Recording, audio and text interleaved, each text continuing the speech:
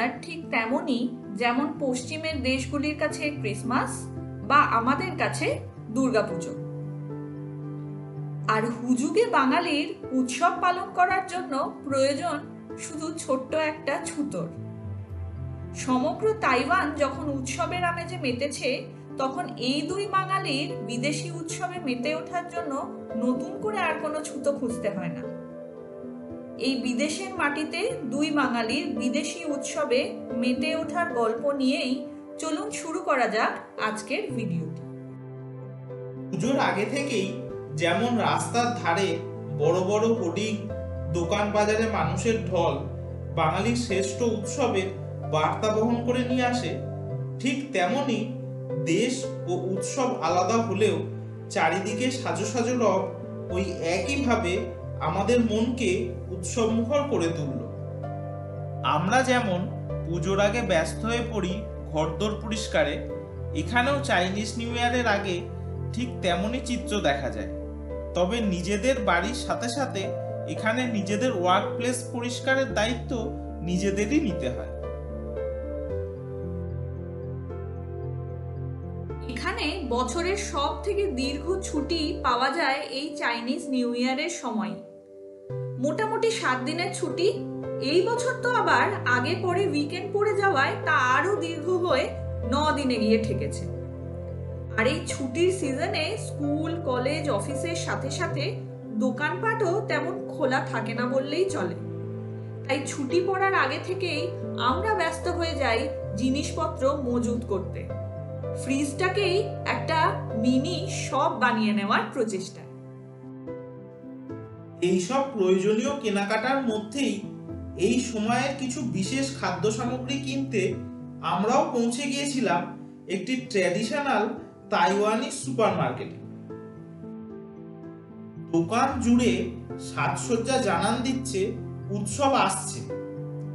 নানা রকমের lozenges, gift box, বাদাম ও তিলের বিভিন্ন ধরনের স্ন্যাক্সে দোকান একদম ভর্তি। এই লজেন্সগুলো ওজনে বিক্রি হয়, প্রয়োজন মতন প্যাকেটে নিয়ে কাউন্টারে গিয়ে ওজন করিয়ে পেমেন্ট করতে হবে। এই দিকে রয়েছে বিভিন্ন ধরনের গিফট বক্স। এইবার এই দিকে দেখুন, নাড়ুর মতন একটা জিনিস, এগুলো বাদাম, তিল, মুড়ির গুঁড়ো এইসব দিয়ে বানানো। তাছাড়াও আরো অনেক কিছু রয়েছে, রাইস কেক, মুন কেক, বাদামের বিভিন্ন জিনিস, ড্রাই ফ্রুটস ইত্যাদি। এগুলো কিন্তু এই সময়ে পাওয়া যায়, তাই মিস হয়ে গেলে আবার 1 বছরের অপেক্ষা।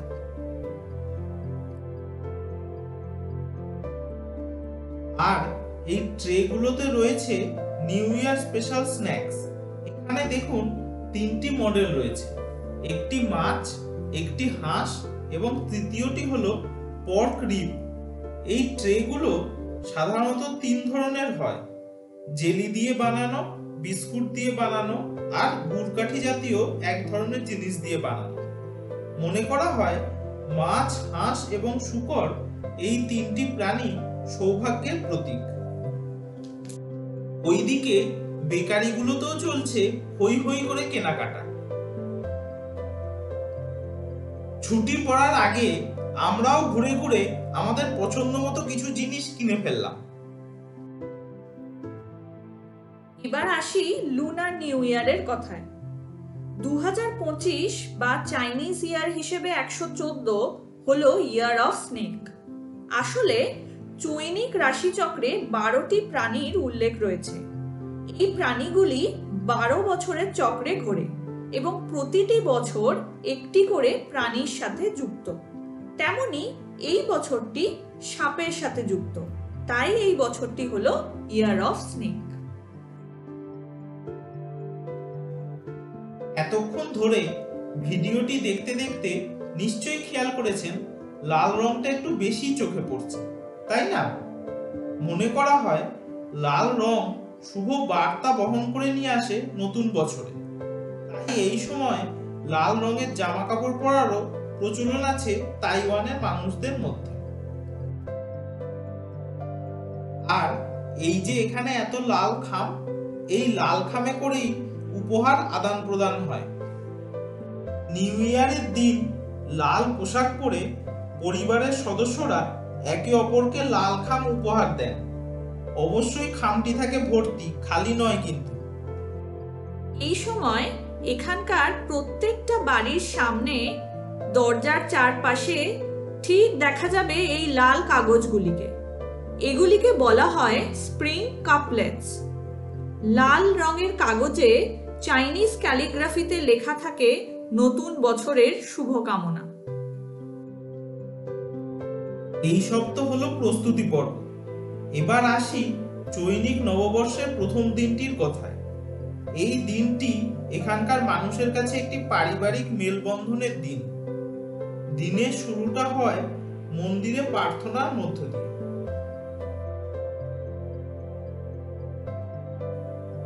চাইলেই আজ প্যানকেক, স্যান্ডউইচ বা কেক দিয়ে ব্রেকফাস্টটা সারা যেত, কিন্তু আমাদের কাছে উৎসব মানেই লুচি, তাই কিনা বলুন? দুর্গাপুজোর ষষ্ঠীর দিনটাও তো লুচি দিয়েই শুরু হয়। গরম গরম লুচি তরকারি আর তার সাথে ল্যাপটপে চলছে ফেলুদা। বাঙালি মন তো এতেই সন্তুষ্ট।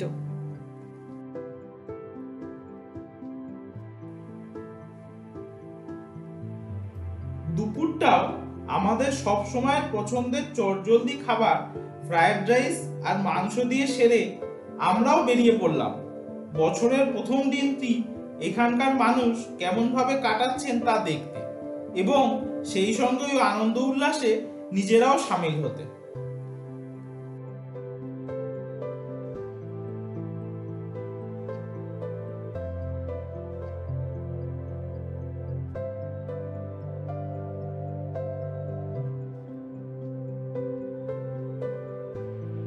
রাতে কিন্তু আমাদের একদম চাইনিজ নিউ ইয়ার স্পেশাল খানাপিনা।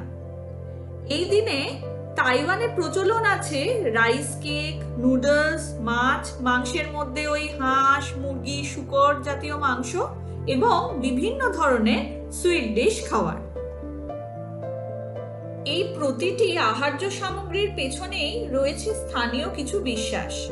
যেমন রাইস কেক হলো সৌভাগ্যের প্রতীক, মাছ বহন করে আনে ঐশ্বর্যের স্ফুরণ, মাংসগুলো হলো নববর্ষকে স্বাগত জানানোর চিহ্ন, আনকাট লং নুডলস গুলো মানুষের দীর্ঘ আয়ুর জন্য, এবং শেষ পাতের মিষ্টি মুখ বহন করে আনে জীবনের সুখ এবং শান্তির বার্তা।